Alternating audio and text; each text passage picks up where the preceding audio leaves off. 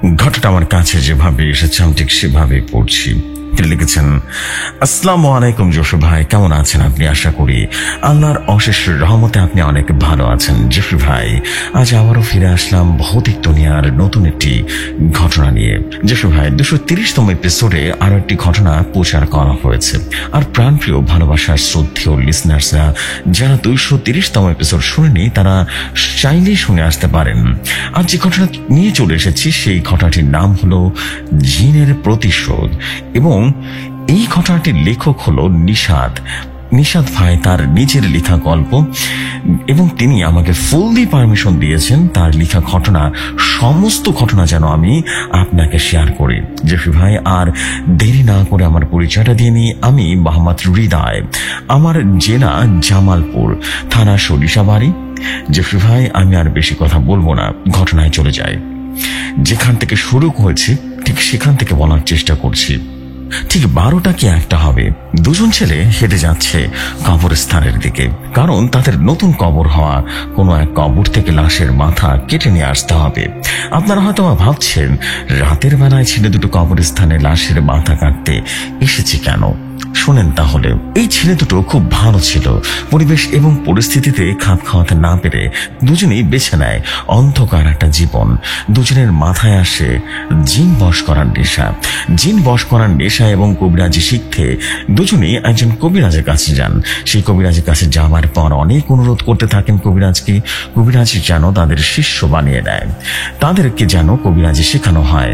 ছেলে দুটোর অনেক অনুরোধ করার পর কবিরাজ তাদের কবিরাজি শেখাতে রাজি হন, কিন্তু খুব কঠিন শর্ত দেওয়া হয় তাদেরকে।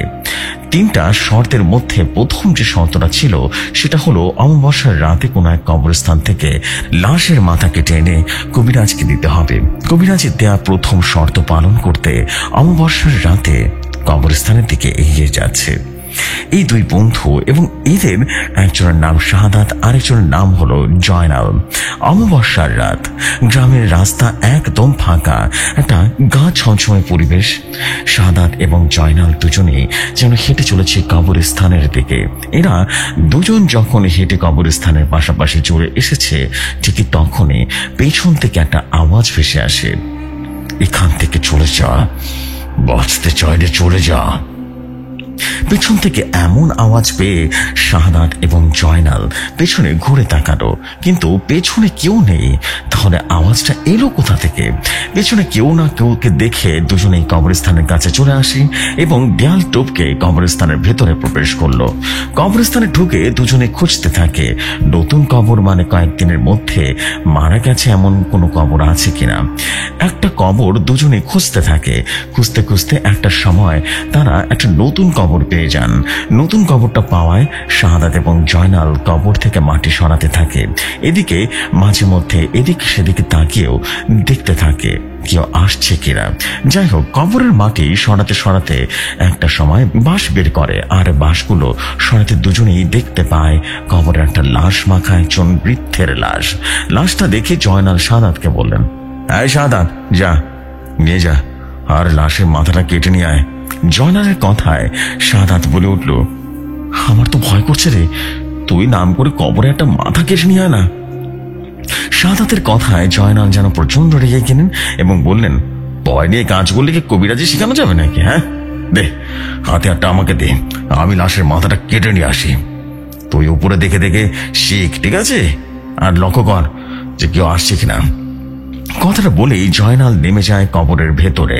জয়নাল যখন কবরে নামে উপর থেকে, শাহাদাত তখন দেখতে পান 4 থেকে 5টা শিয়াল ওদের দিকে এগিয়ে আসছে। এটা দেখে শাহাদাত বললেন, জয়নাল, এই জয়নাল, ওই দেখ আমাদের দিকে কিন্তু কয়েকটা শিয়াল এগিয়ে আসছে। ওদিকে কবরের ভেতর থেকে জয়নাল তখন বলল, এই চুপ কর, আগে শিয়াল আবার এমন কি, লাঠি দিয়ে ভয় দেখিয়ে পালিয়ে যাবে, তালিয়ে যাবে, যা ভয় দেখা।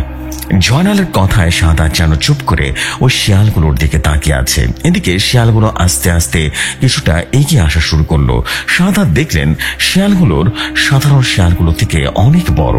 শিয়ালগুলোর চোখ আগুনের চোখের মতো যেন একদম যেন জল জল করছে। দাঁতগুলো যেন অনেক বড় বড় এবং সুচালো। এমন অদ্ভুত রকমের শিয়াল দেখে শাহাদাত যেন ভয়ে জয়নালকে বলল, জয়নাল, একবার উপরে তাকা, আমার মনে হচ্ছে এটা কোনো সাধারণ শিয়াল না রে। সাদাতের কথায় জয়নাল কবর থেকে উঠে তাকে ও নিজেও বুঝতে পারলো আসলে এ কোনো সাধারণ কোনো শিয়াল নয়। জয়নালের কথায় সাদাত বললেন, চল পালাতে আগে জীবন বাঁচাই। কথাটা বলে এই দুজন পালাতে যাবে ঠিক তখনই ভয়ঙ্কর এক ঘটনা ঘটে গেল। পালানোর জন্য জয়নাল কবর থেকে উঠতে যাবে ঠিক তখনই কবরের ভেতর থেকে কে যেন জয়নালের পা টেনে ধরলো। জয়নালের পা টেনে ধরায় জয়নাল ভয়ে চিৎকার করতে থাকে।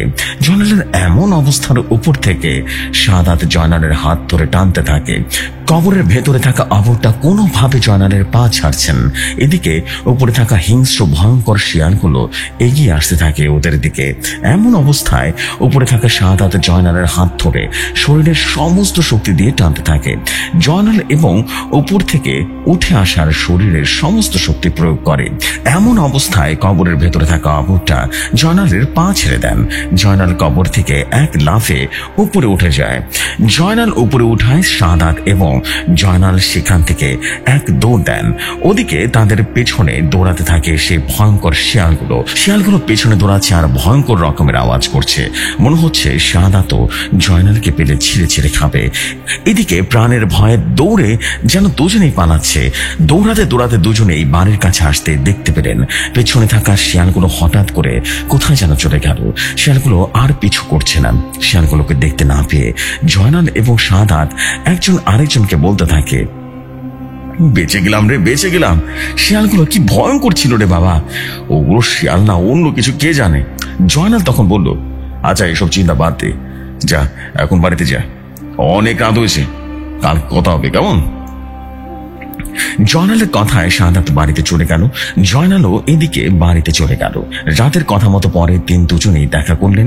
দুজনের দেখা হতে সাদাত বললেন, জয়নাল এখন কি করবি? আমরা তো গত রাতে কবরস্থানে গিয়ে লাশের মাথা কেটে নিয়ে আসতে পারিনি রে। আমরা যে ব্যর্থ হয়েছি এটা যদি কবিরাজ জানে না তাহলে কিন্তু আমাদের কোনোদিন কবিরাজি শিখাবে না রে, কোনোদিন শিখাবে না। আমাদের স্বপ্ন আর পূরণ হবে না। জয়নাল তখন বলল, ঠিকই বলেছিস রে, তাই দেরি হলেও আমাদের কবিরাজের কথা মতো কাজ করতে হবে। সাদাত তখন বলল, মানে কি করব বলতো, বুঝলাম না তো। জয়নাল তখন বলল, কি করবো মানে, গত রাতে ব্যর্থ হয়েছি তাতে কি আজ রাতে আবার যাবো নাকি? হ্যাঁ, লাশের মাথাটা কেটে নিয়ে আসতে চল যাই, এটাই ভালো হবে। সাদাত তখন বলল, কি যে বলিস না, কালকে রাতে কি হয়েছিল ভুলে গেছিস? তারপর আজকে যাবো? সম্ভব না। জয়নাল বলল, কালকের ঘটনা বলে কি আজকে এমনটা ঘটবে নাকি? হ্যাঁ, আজকে অন্য একটা কবরস্থানে যাবো না, সমস্যা নেই। সাদাত তখন বলল, ভয় লাগছে রে, তবু ঠিক আছে আমি রাজি আছি, কখন যাবো বল। জয়নাল তখন বলল, রাত 12টার পর, বুঝতে পেরেছিস? দুই বন্ধু কথা শেষে যে যার বাড়িতে চলে গেলেন। এদিকে দিন পেরিয়ে রাত আসলো। ঘড়িতে রাত 12টা।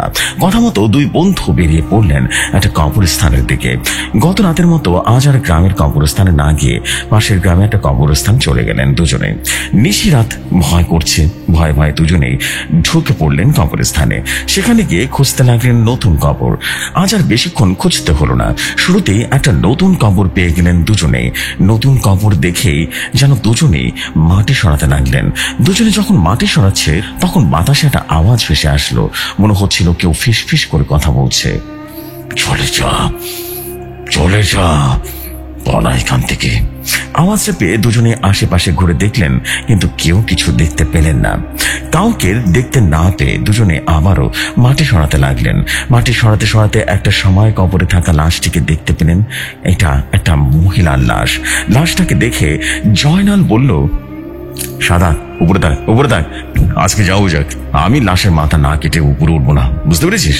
কথাটা বলেই কবরে নেমে পড়লেন জয়নাল। আর কথা মতো কিছুক্ষণের মধ্যেই কবরে থাকা লাশের মাথা কেটে উপরে উঠে আসলেন জয়নাল। গত রাতের মতো আজ আর কোনো শিয়াল বা কবর থেকে পা টেনে ধরা এরকম কোনো ঘটনা ঘটল না। ভয়ঙ্কর ঘটনা ঘটল তখন যখন সাদাত এবং জয়নাল লাশের মাথা কেটে আবারও ওই কবরটার মাটি দিয়ে সেখান থেকে আসতে যাবে, ঠিক তখনই একটা আওয়াজ যেন ভেসে আসলো। একটা ভয়ঙ্কর কণ্ঠে বলল, রে কোথায় যাচ্ছিস সবার মাথাটা নিয়ে? কথাটা শুনে দুজন যেন ভীষণ ভয় পেয়ে গেল। এদিকে সেদিকে তাকাতে থাকলো। শরীর যেন কাঁপনে উঠলো দুজনেরই। আওয়াজটা কোথা থেকে আসছে? সে বলছে, সামনে তো কাউকে দেখতে পাচ্ছি না, এমন অবস্থায় দুজনেই যেন খেয়াল করলেন খুব ভয়ঙ্কর একটা দৃশ্য। দুজনেই দেখেন ভয়ঙ্কর রূপে কথা বলছে, সেটা আর কেউ নয়, তাদের সাথে থাকা সেই কাটা মাথাটাই কথা বলছে। এটা কিভাবে হতে পারে? কাটা মাথা কিভাবে কথা বলতে পারে? এই দৃশ্য দেখে জয়নালের হাতে থাকা কাটা মাথাটা যেন ছুঁড়ে ফেলে দিলেন মাটিতে ছুঁড়ে ফেলে দুজনেই পালাতে যাবে, ঠিক তখনই ঘটলো আরেকটা ভয়ঙ্কর ঘটনা। দুজনেই পালাতে যাবে, ঠিক তখনই তাদের সামনে এসে দাঁড়িয়ে পড়ে মাথা ছাড়া একটা অবয়ব। এটা কি দেখলাম? মাথাবিহীন শরীর কিভাবে দাঁড়িয়ে আছে, কিভাবে হাঁটছে? এই দৃশ্যটা দেখে সাদাত সেখানেই জ্ঞান হারিয়ে মাটিতে পড়ে যান। সাদাত জ্ঞান হারিয়ে পড়ায় সামনে থাকা সেই মাথাবিহীন অবয়বটা জয়নালের দিকে এগিয়ে আসতে শুরু করলেন। ঠিক তখনই সাদাতের মতো জয়নালও জ্ঞানহীন হয়ে পড়ে থাকলেন মাটিতে। এদিকে সকালবেলা আশেপাশের লোকেরা দুজনে জ্ঞান ফিরান। ওদের জ্ঞান ফিরতেই সবাই জিজ্ঞেস করলো, এই তোমরা জ্ঞানহীন হয়ে পড়েছিলে কেন? হ্যাঁ। সবার কথার উত্তরে সাদাত এবং জয়নাল একজন আরেকজনের দিকে তাকিয়ে মনে মনে ভাবতে লাগলেন, রে এই বুঝি ধরা পড়ে গেলাম, আমার তো লাশের মাথা কাটা অবস্থায়, তো লাশের মাথাটা কই? আর খবরটাই ঠিকঠাক আছে তো? জয়নাল এবং সাদাত চুপ করে বসে থাকায় সবাই আবারও বলল, কি হলো, কথার জবাব দিচ্ছেন না কেন? হ্যাঁ, তোমরা কোনো চোর না তো আবার? হ্যাঁ, চুরি করতে আসছো নাকি আবার?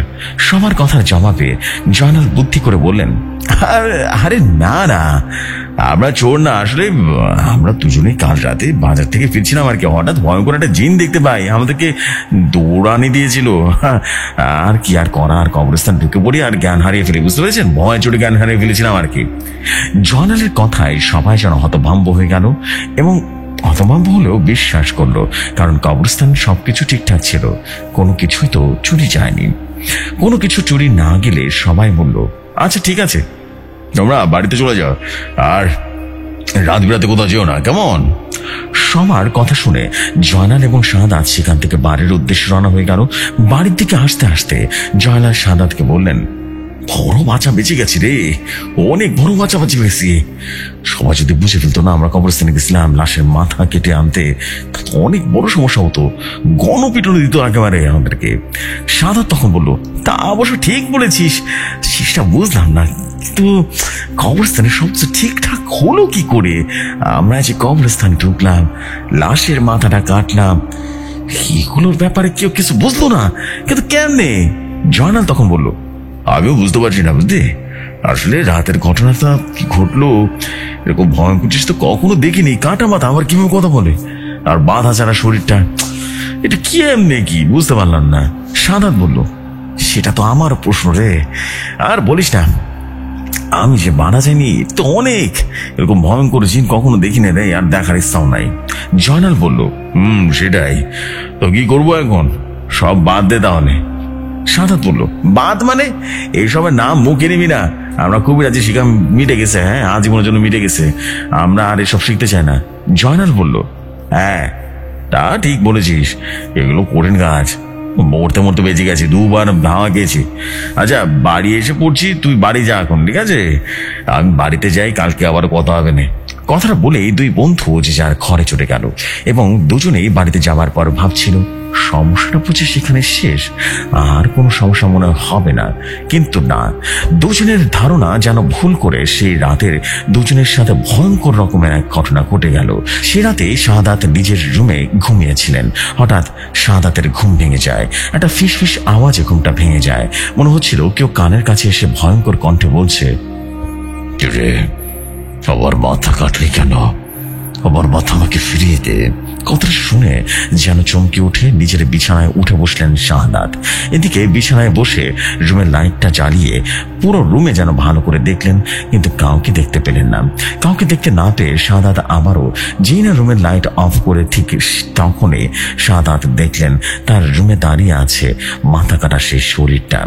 মাথাবিহীন শরীরটাকে দেখে সাদাত চিৎকার করতে যাবে, ঠিক তখনই মুহূর্তে সে অপরটা সাদাতের পা ধরে টেনে টানতে টানতে যেন যেতে লাগলেন কবরস্থানের দিকে।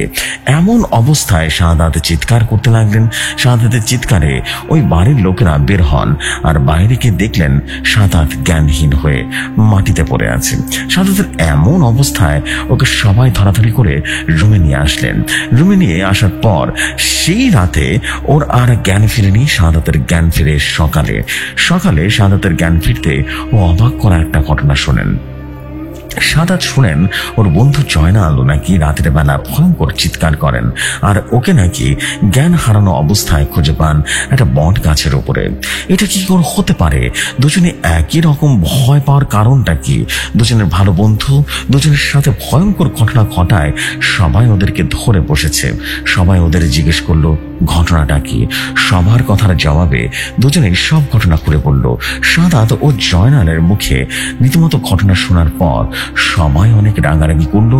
সবাই বলল, তোমরা কেন এরকম পাপ কাজ করতে গেলে বলো তো? দুজন অনেক বকাঝকা করার পর জয়নাল এবং শাহাদাতকে একজন কবিরাজের কাছে নিয়ে যাওয়া হলো। ঝাড়ফুঁক দিয়ে নিয়ে আসা হলো।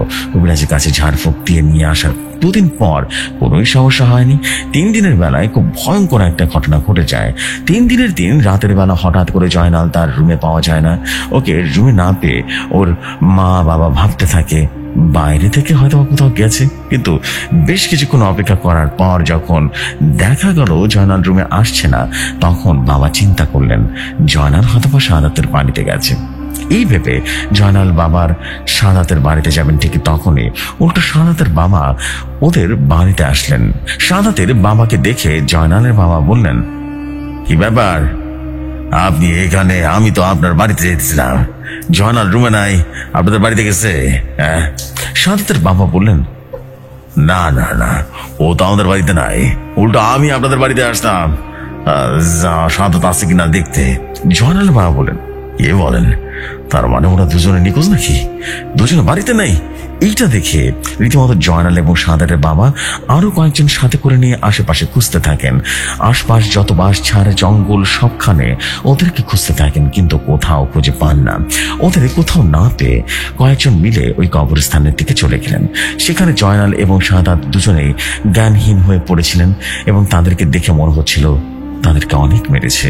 দুজনেই জ্ঞান হারানোর অবস্থায় পেয়ে ধরাধরি করে বাড়িতে নিয়ে যাওয়া হয়। বাড়িতে নিয়ে যাওয়ার পরের দিন সকালে তাদেরকে জিজ্ঞেস করলে দুজনে বললেন যে তারা রাতে ঘুমিয়েছিল। মধ্যরাতে তাদের ঘুম ভেঙে যাওয়ার কারণে দেখতে পান সেই মাথাবিহীন শরীরটা। ওটাকে দেখে এরা চিৎকার করতে যাবে, ঠিক তখনই সেই ভয়ঙ্কর অবস্থা ওদের পা ধরে টেনে কবরস্থানের দিকে নিয়ে যান।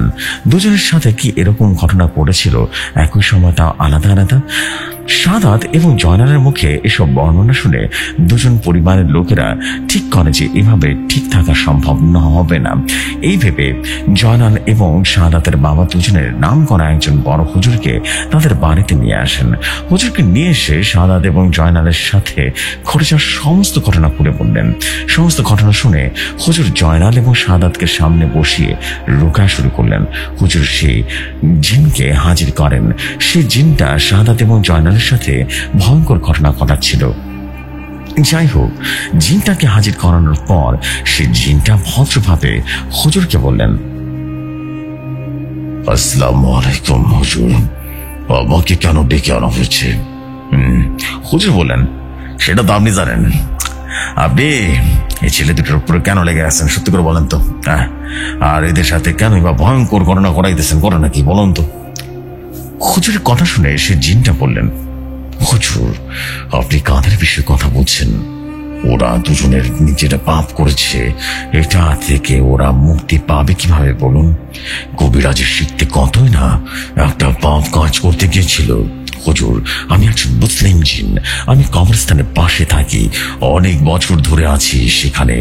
আমি যখন প্রথম দেখলাম এরা দুজনে সে কবরস্থানে গেছে লাশের মাথা কেটে আনতে, সেদিন আমি ওদেরকে শেয়ালের রূপ দেখিয়ে ভয় দেখিয়েছিলাম যেন এরা ভয় পায় আর এমন কাজ না করে, কিন্তু এরা সেটা করলো না। এতটা ভয় পাবার পরেও পরের দিন অন্য একটা কবরস্থানে তারা চলে যায়। এদের প্রতি আমি নজর রাখছিলাম, প্রথম রাতের মতো দ্বিতীয় রাতেও একই ভুল করেছে। আসলে আমি ভয়ঙ্কর রূপে এদের সামনে আসি আর ভয় দেখাতে থাকি। হুজুর, আপনি চলে যান, আমি এদেরকে তিনে তিনে ভয় দেখিয়ে কষ্ট দিয়ে মেরে ফেলবো। এরা কোনো রকম পাপ কাজে লিপ্ত হতে গেল কেন? কেন গেল? জিনের মুখে কথাগুলো শুনে সবাই যেন অবাক হয়ে গেল। তাহলে জিনটার কোনো দোষই নেই। এদিকে জিনের মুখে কথাগুলো শোনার পর হুজুর বললেন, আপনার সাথে আমি একমত, বুঝতে পেরেছেন? তো সবাইকে তো একটা ভালো সুযোগ দিতে হয়, তাই না? আপনি এদেরকে একটা সুযোগ দেন। এরা না হয় ভুল বুঝে গেছে, বুঝেন না? ভুল বুঝে হয়তো বা কবিরাজি আর জিন বশ করার নেশায় ভুল করে ফেলেছে। আপনি ওদেরকে ক্ষমা করে দেন, চলে যান এখান থেকে। জিনটা তখন বলল, হুজুর, আপনি অনেক জ্ঞানী মানুষ, আপনাকে সম্মান করে আমি আপনার কথা রাজি হলাম। আমি এদেরকে ছেড়ে চলে যাবো, কিন্তু ওদেরকে তওবা করে ভালো পথে ফিরে আসতে হবে, অবশ্যই ভালো পথে ফিরে আসতে হবে। আর কখনো যদি এরকম কোনো ভুল করতে থাকে তাহলে কবরস্থানের আশেপাশে দেখি, তাহলে ওদেরকে কিন্তু শেষ করে দেব। এই কথাগুলো বলে হুজুরকে সালাম দিয়ে জিনটা চলে গেলেন। জিনটা চলে যাওয়ার পর হুজুর সাদাত এবং জয়নালকে বললেন, দেখলা তো জিনটা কি বললো? আমি আর নতুন করে কি বলবো? শুধু এটাই বলবো, তওবা করো, ভালো পথে ফিরে আসো, কেমন? এরকম আর করিও না, কখনো করতেও যাবা না, বুঝতে পারছো? কথাগুলো বলে হুজুর চলে গেলেন। এদিকে হুজুর যাওয়ার পর জয়নাল এবং সাদাত ওদের বাড়ির লোকেরা দুজনেই বোঝালেন, ওদেরকে বললেন এসব কাজ যেন আর কখনো না দেখা যায়। পরিবারের সবার কথায় জয়নাল এবং সাদাত এরাও সবাইকে কথা দেন আর কবিরাজি শিখার নেশায় কোনো কবরস্থানে যাবে না লাশের মাথা কেটে নিয়ে আসতে। তারা এগুলো বিষয় আর যাবে না, এগুলোর বিষয় তওবা করেছেন। এদের কথায় সবাই অনেক খুশি হন। যাই হোক, এভাবে কয়েকটা দিন কেটে যায় আর এই কয়েকদিনে তাদের সাথে আর কোনো সমস্যা হয়নি। সবকিছু স্বাভাবিক হয়ে যায়। সবকিছু স্বাভাবিক হওয়ার পরে একদিন জয়নাল এবং সাদাত জয়নালের বাড়িতে বসে গল্প করছিল।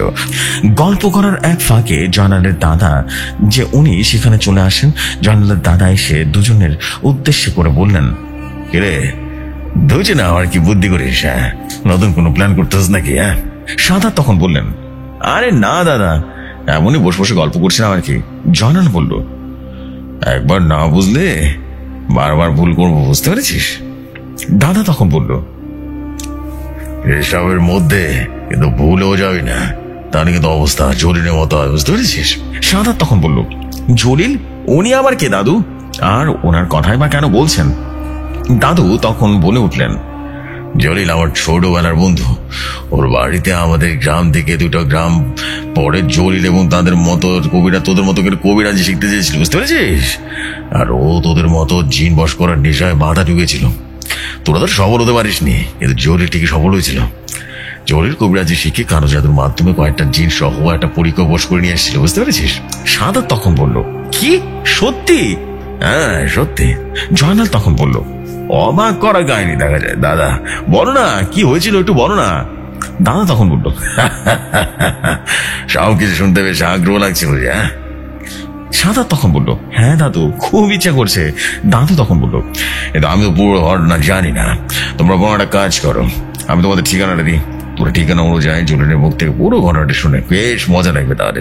জয়নাল বলল, কিন্তু উনি কি আমাদের পুরো ঘটনাটা বলবে যদি না করে?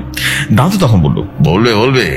ও না বলতে চাইলে তুমি আমার কথা বলবে, বুঝতে পারছো? বলবে রহিম দাদুর নাতি, তাহলে হবে। হ্যাঁ সব বলবে, আর আমার কথা শুনলে তোমাদের পুরো ঘটনাটা বলবে, বুঝতে পেরেছো? ওর মুখে ঘটনা শুনলে তোমরা বুঝতে পারবে অন্যায় ভাবে জিন বা পরিবর্ষকারের ভয়াবহতা কেমন হয়। এসব কতটা পাপ কাজ। দাদার মুখে কথাগুলো শুনে জয়নাল এবং সাদাত দুজনেরই খুব আগ্রহ লাগে এবং রহিম দাদার বন্ধু জলিল দাদার কাছে গিয়ে সমস্ত ঘটনা শোনা হয়। তো কথা মতো জয়নাল ও সাদাত রহিম দাদার কাছে বিদায় নিয়ে রওনা করেন। 2 গ্রাম পরে সে জলিল দাদার বাড়ির দিকে।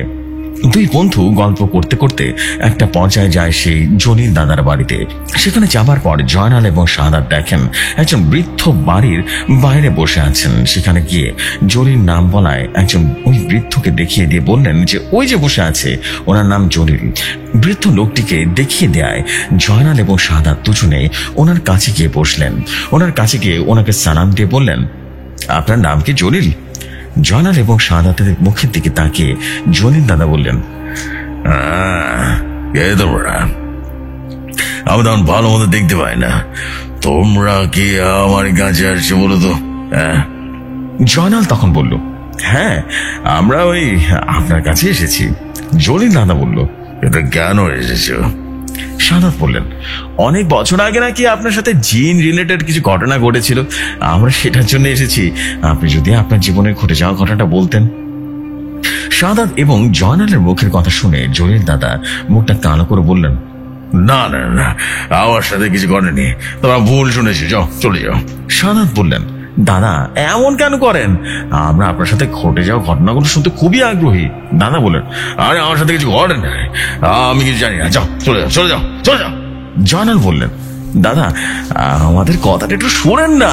আরে আমরা এমনি আসিনি, আমার বাড়ি 2 গ্রাম পরে আমরা ছোটবেলার বন্ধু রহিমকে চেনেন না?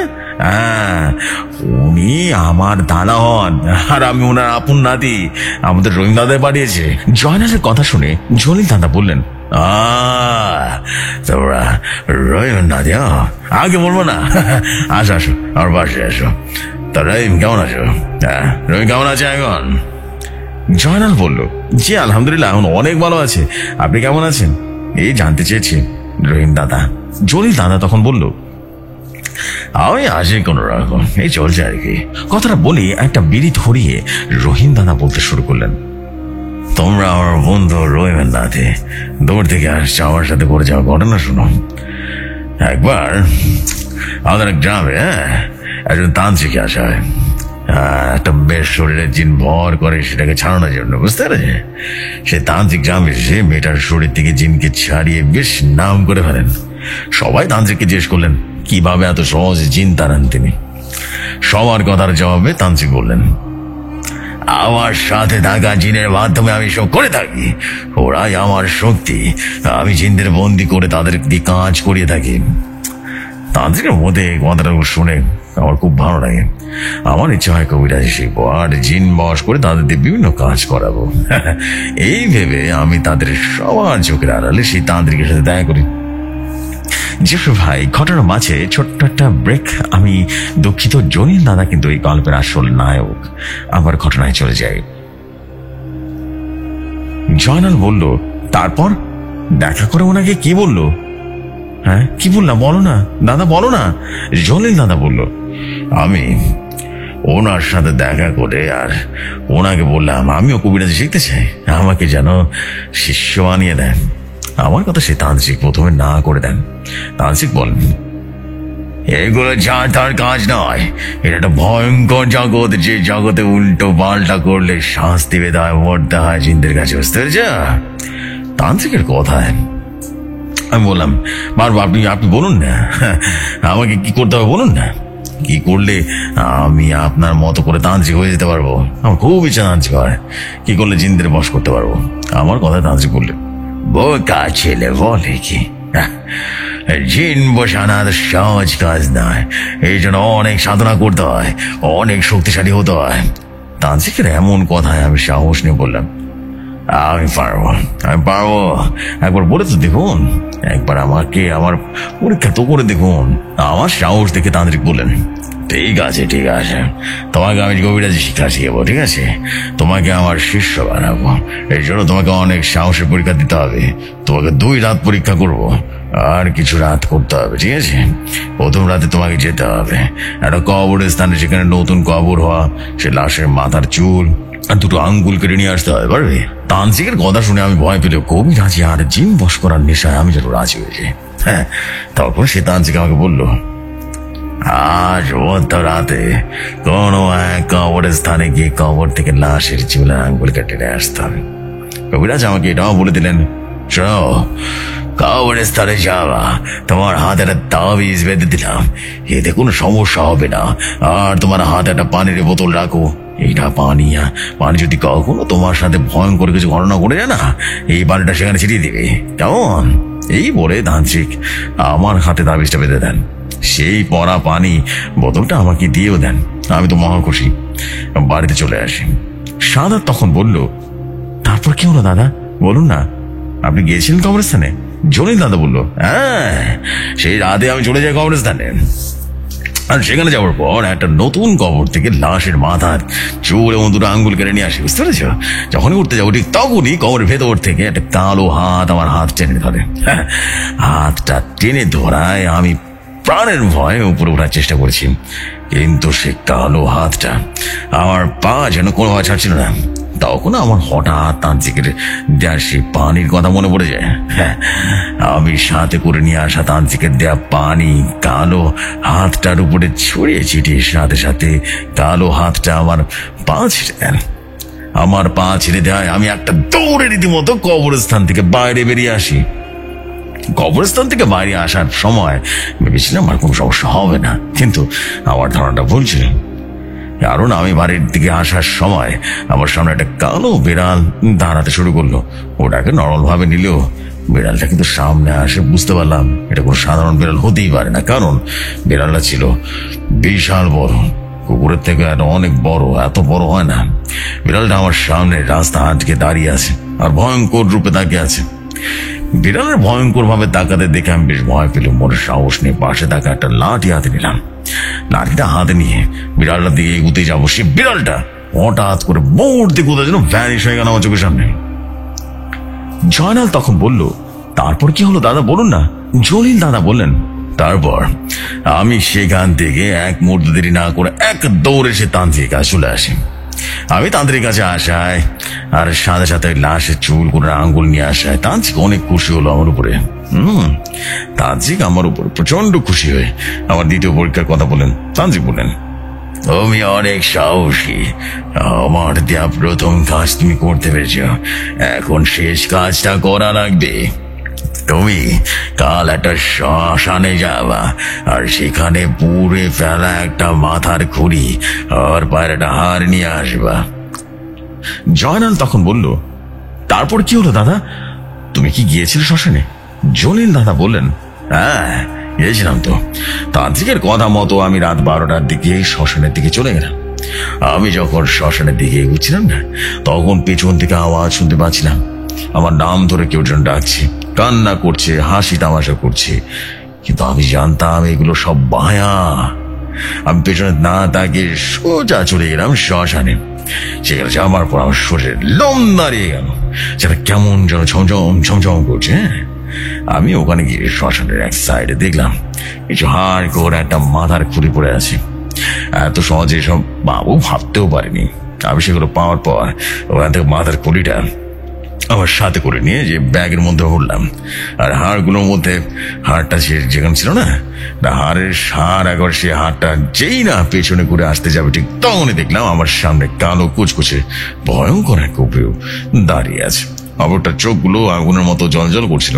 হঠাৎ এমন ভয়ঙ্কর অবধ দেখার পর আমি যে কোনো জ্ঞান হারাইনি সেটা আল্লাহ তাআলাই জানে। এমন অবস্থায় কি করবো বুঝে উঠতে পারছিলাম না। ওদিকে সামনে দেখা কালো কুচকুচে অপূপ দূর থেকে হাত লম্বা করে আমার দিকে এগিয়ে আসছে, যেন বাড়িতে যেতে দিবে না আমাকে। ভয় তখন জান বেরিয়ে যাওয়ার মতো অবস্থা হলো। আমি এমন অবস্থা দেখে তান্ত্রিকের দেওয়ার সে পানি পড়া সে অপরটার হাতে ছিটিয়ে দিতে হঠাৎ করে অপরটা অদৃশ্য হয়ে গেল। অবরটা আমার হাতে রীতিমতো অদৃশ্য হয়ে যাওয়ার সাথে সাথে আমি সেখান থেকে এক মুহূর্ত দেরি না করে এক দৌড় দিই। পেছন থেকে তখন ভেসে আসছিল ভয়ঙ্কর রকমের কান্নার আওয়াজ। এসব তোয়াক্কা না করে মাথার খুলি আর পায়ের হাড় নিয়ে চলে আসি তান্ত্রিকের কাছে। আমি এগুলো নিয়ে তাদের কাছে আসায় উনি ভীষণ খুশি হন আর আমাকে বললেন, শাবাশ, তুমি আসলে খুব সাহসী, তুমি পারবা, একজন বড় কবিরাজ হতে পারবা। তান্ত্রিক আমাকে এটাও বললেন।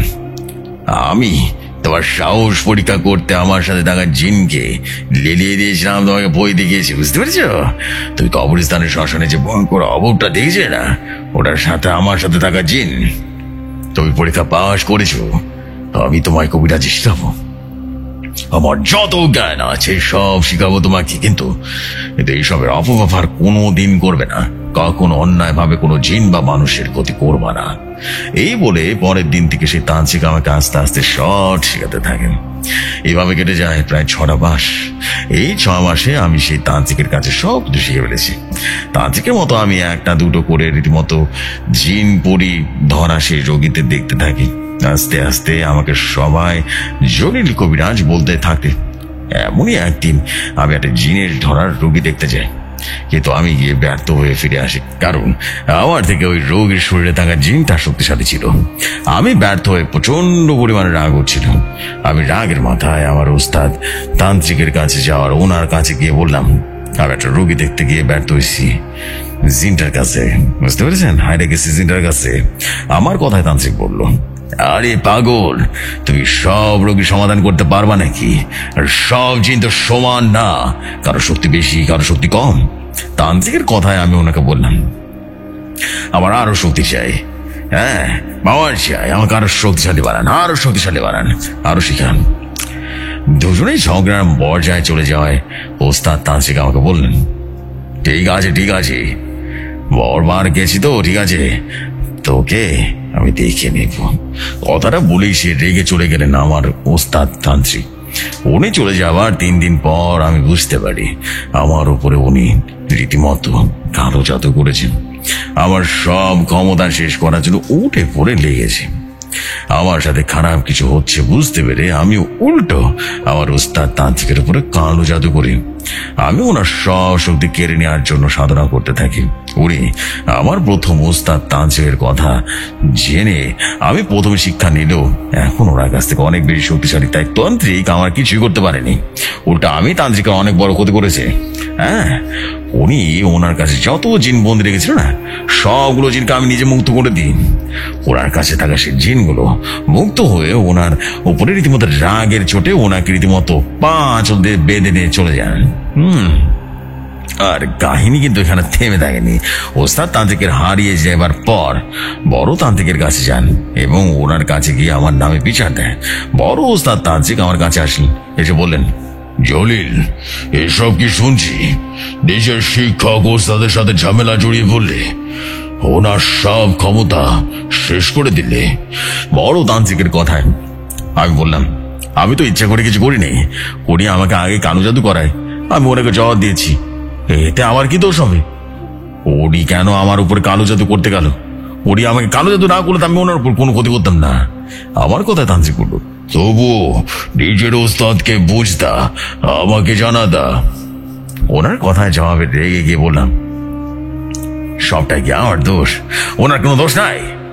আপনি ওনার হয়ে আমাকে কথা শুনাইতেছেন, কিন্তু কেন? কিছু আদিকে পাইছেন নাকি ওনার কাছ থেকে?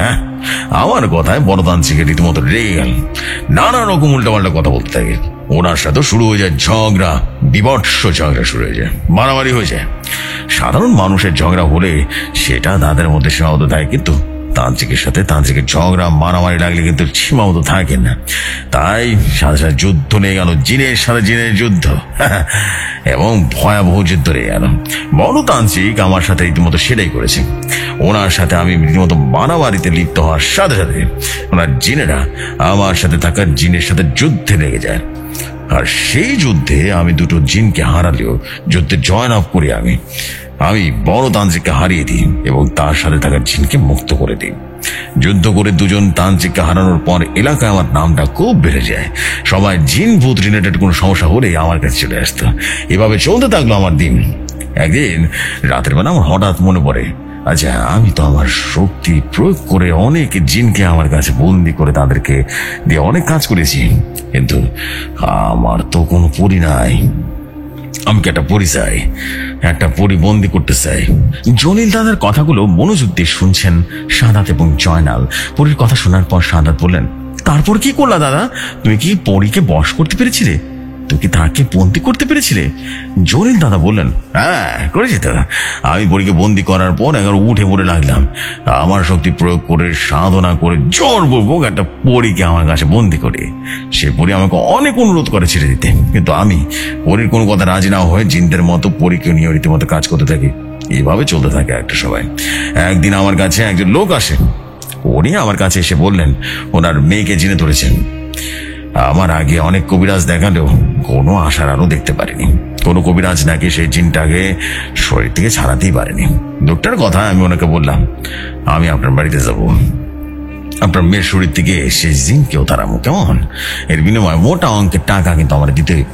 আমার কথায় সে লোকটা রাজি হয়ে যায়। আমিও শর্ত মোতাবেক ওরা বাড়িতে গিয়ে ওনার মেয়ের শরীরে ভর করা সেই জিনকে হাজির করি। আমি আমার কবিরাজি জীবনে সহজে কখনো হারিনি।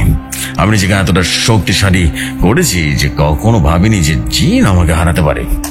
আমি লোকটাকে শরীরের জিনটাকে হাজির করার সাথে সাথে সেই জিনটা কথা না বলে আমার বুকে প্রচন্ড ভাবে আঘাত করলো। জিনটার আঘাতে আমি মাটিতে পড়ে যাই।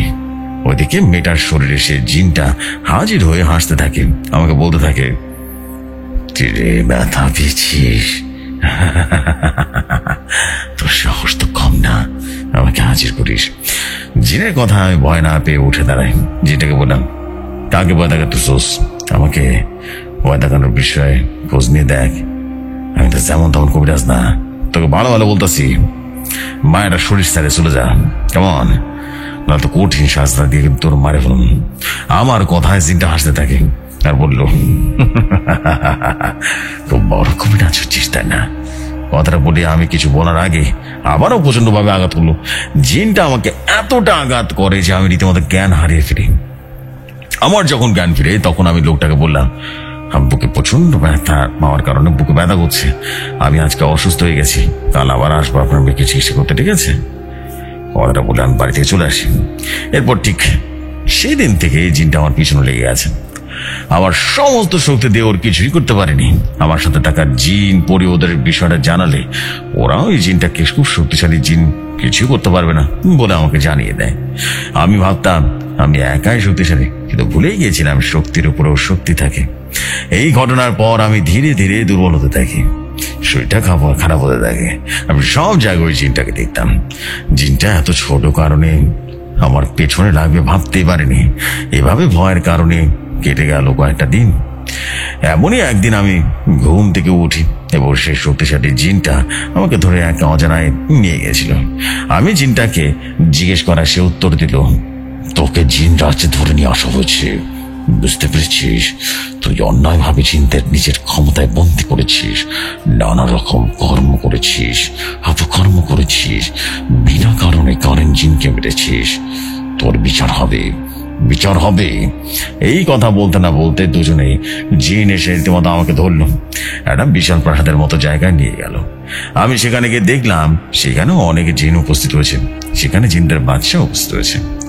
আমাকে সেখানে ধরে রীতিমতো নিয়ে যাওয়ার পর জিনের বাদশা সেখানে থাকা জিনটাকে জিজ্ঞেস করলো, ও তো ইনসান, ওকে আমাদের জিন রাজ্যে ধরে নিয়ে আসছো কেন? বাদশার কথা সে জিনটা বাদশাকে বললেন, বাদশা হুজুর, ও মানুষ ঠিকই, কিন্তু মানুষ হয়ে অমানুষের মতো কাজ করেছে। সে অন্যায়ভাবে আমার জিন গোষ্ঠীর কয়েকজনকে জিনকে বন্দি করে তাদের দিয়ে নানা অপকর্ম করিয়েছে, নানা কাজ জোরপূর্বক করিয়েছে। জিনটার কথায় জিনের বাদশা আমাকে জিজ্ঞেস করলো, যা বললো সবকে সত্য? বাদশার কথায় আমি মাথা নিচু করে বললাম, সত্য। আমি সব স্বীকার করায় জিনের বাদশা জিনদের আমার বিষয় রীতিমতো পুরো তথ্য আমাকে বললেন।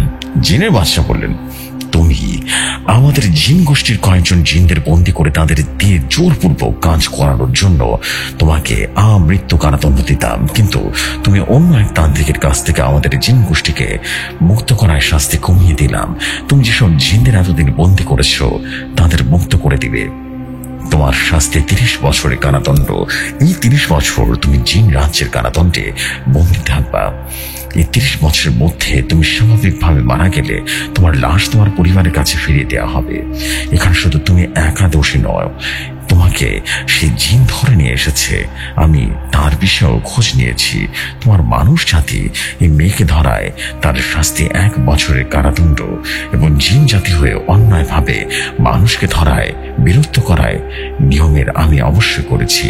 এই বলে জিনের বাদশাহ আর একটা আমাকে রীতিমতো বন্দি করে রাখায় 30 বছর। 30 বছরের সাজা শেষে জিনের বাদশাহ আমাকে বললেন, তোমার সাজা শেষে তোমায় বাড়িতে রেখে আসা হবে, আশা করি তুমি ভালো হয়ে যাবে। এরপর যদি তোমার নামে কোনো রকম রিপোর্ট আসে তাহলে তোমাকে মৃত্যুদণ্ড দেওয়া হবে। এই বলে জিনের বাদশাহ আমাকে কিছু ফল এবং কিছু নরম কাপড়, একটা জামা কাপড় দিয়ে রীতিমতো উপহার হিসেবে দিলেন। আর জিন্দারের আদেশ করলেন আমাকে বাড়িতে রেখে আসতে। বাচ্চার আদেশে আমাকে বাড়িতে রেখে আসা হয়। আমি বাড়িতে আসার সাথে সাথে আমার মা সহ আশেপাশে অনেকে অবাক। আমি 30 বছর পর বাড়িতে ফিরেছি। আমাকে দেখে রীতিমতো সবাই বাড়িতে ফিরছে পারবো। এদিকে আমাকে ফিরে পেয়ে আমার রীতিমতো কান্নায় ভেঙে পড়েছে আমার মা। 30 বছর আমি কোথায় ছিলাম, এটা সবারই প্রশ্ন ছিলাম। কিন্তু আমি সবাইকে মিথ্যা বলেছিলাম। সবাইকে বলেছিলাম কবিরাজি সাধনা বাদ দিয়ে আমি জঙ্গলে গুইনে গুইনে 30টা বছর ছিলাম। পরে অবশ্য অনেককে সত্যটা বলতে বাধ্য হয়েছিলাম। যাই হোক, আমাকে দেখতে আসে সবাই এটাও বলে যে আজকের পর থেকে কবিরাজি ছেড়ে দিলাম, আর আজকের পর থেকে আর কেউ আসবে না জিনপুরি রিলেটেড কোনো সমস্যার জন্য। আমি এসব নিয়ে তওবা করলাম। আমার দ্বারা কারো কোনো ক্ষতি হলে আমাকে ক্ষমা করবেন। এরপর থেকে আমি কবিরাজি ছেড়ে দিয়ে এবং ক্ষমতার জিনবন্দি করার নেশার অন্ধকারে ডুবে গিয়েছিলাম। আমি ওসব তওবা করেছি। আমার মতো ভুল যেন কেউ করবেন না। জলিল দাদার মুখে পুরো ঘটনাটি শুনে সাদাত এবং জয়নাল দুজনেই হতভম্ব হয়ে গেল। তারা দুজনেই যে জলিল দাদার মতো ভুল করতে বসেছিল। যাই হোক, দাদার মুখে ঘটনাটা শোনার পর জয়নাল বললেন, দাদা, আপনার সাথে ঘটে যাওয়া ঘটনা আমার জন্য শিক্ষা হয়ে থাকবে। আজ তাহলে আসি, একটু পর সন্ধ্যা হয়ে যাবে। আপনি সময় করে আমাদের বাড়িতে আসবেন কিন্তু। জলিল দাদা বললেন, তোরা ভালো থাকিস, তোর দাদাকে বলিস সময় করে আমার সাথে দেখা করে দিতে, বুঝতে পারিস? জলিল দাদার কথায় ওনারা বিদায় দিয়ে বাড়ির দিকে রওনা হলেন। জয়নাল এবং সাদাত বাড়ির দিকে আসতে আসতে দুজনেই বলা বলি করছিল, এরকম তাহলে ঘটনা হয়। সত্যি জলিল দাদার ঘটনাটা মন ছুঁয়ে যাওয়ার মতো ছিল। এসব বলতে বলতে দুজনেই বাড়িতে চলে গেলেন। যশোর ভাই, ঘটনাটা এখানেই শেষ করলাম। আশা করি ঘটনাটা লিসনার্সদের কাছে অনেক ভালো লাগবে। যশোর ভাই, ঘটনাটি যদি সেট হয় অবশ্যই জানাবেন। আমি নিশাদ ভাইয়ের কাছ থেকে আরো ঘটনা লিখে পাঠাবো। নিশাদ ভাই নিজে আমাকে ঘটনাগুলো পাঠাচ্ছেন আপনার কাছে সেন্ড করার জন্য। যশোর ভাই ভালো থাকবেন। ভৌতিক দুনিয়া দীর্ঘজীবী হোক। ভৌতিক দুনিয়ার জন্য আরো অনেক ঘটনা কালেক্ট করছি। সামনের দিকে এগিয়ে যাক ভৌতিক দুনিয়া। আসসালামু আলাইকুম।